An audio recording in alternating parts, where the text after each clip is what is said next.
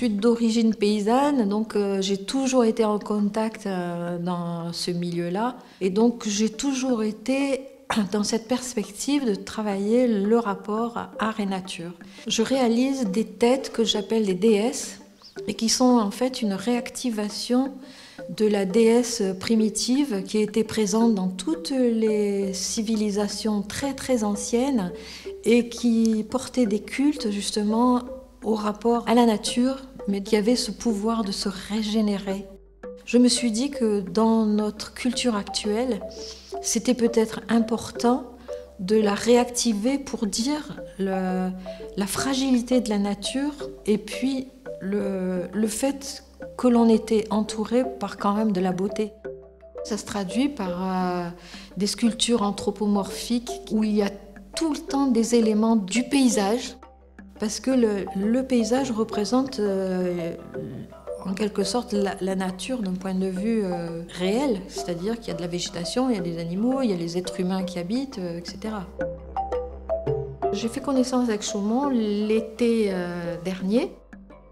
Je suis restée 2 jours et j'ai visité le château parce qu'on m'avait indiqué que c'était à cet endroit-là que j'interviendrais.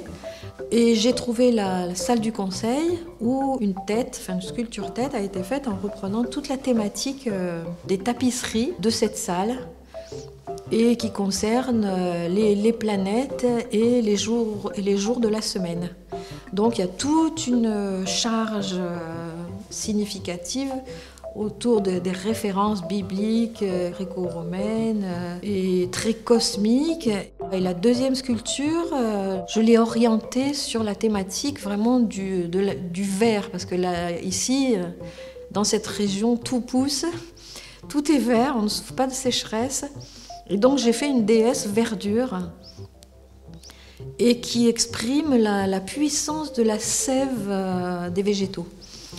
Elle est très parée, très couverte de perles. Elle a même 2 colliers qui m'ont été offerts et qui ont été ramenés d'Amazonie. J'aime beaucoup les cultures orientales avec les parures des femmes mariées, par exemple. Ça m'a beaucoup influencée. De même que les coiffures africaines, les sculptures africaines. En fait, je cherche à faire un travail qui soit reçu par tout le monde. Je veux qu'elles impriment les gens. C'est-à-dire qu'ils s'en souviennent comme d'une image ou comme d'une icône. Et que leur signification soit collée à cette icône de façon indélébile un peu.